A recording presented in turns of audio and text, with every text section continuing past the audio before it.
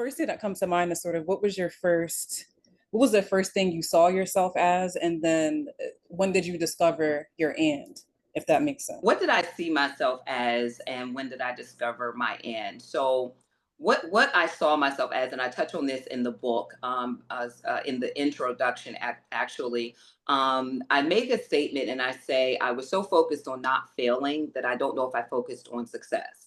And when I wrote that out, what I visually saw was a person running forward, but looking behind them as they were running forward.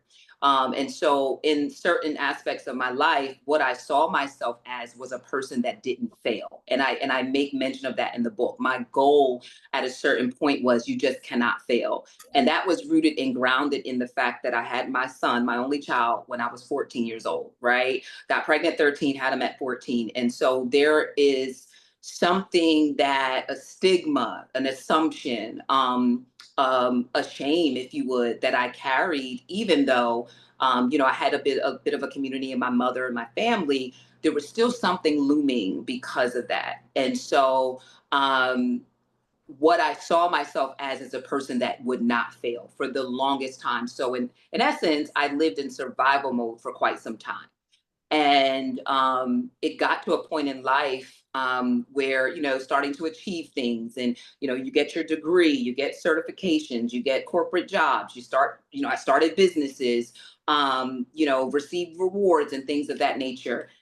But it wasn't until, and this is not a cliche, but it wasn't until I committed my life, not just to going to church, but to being who God has called me to be. And that was a journey that I started.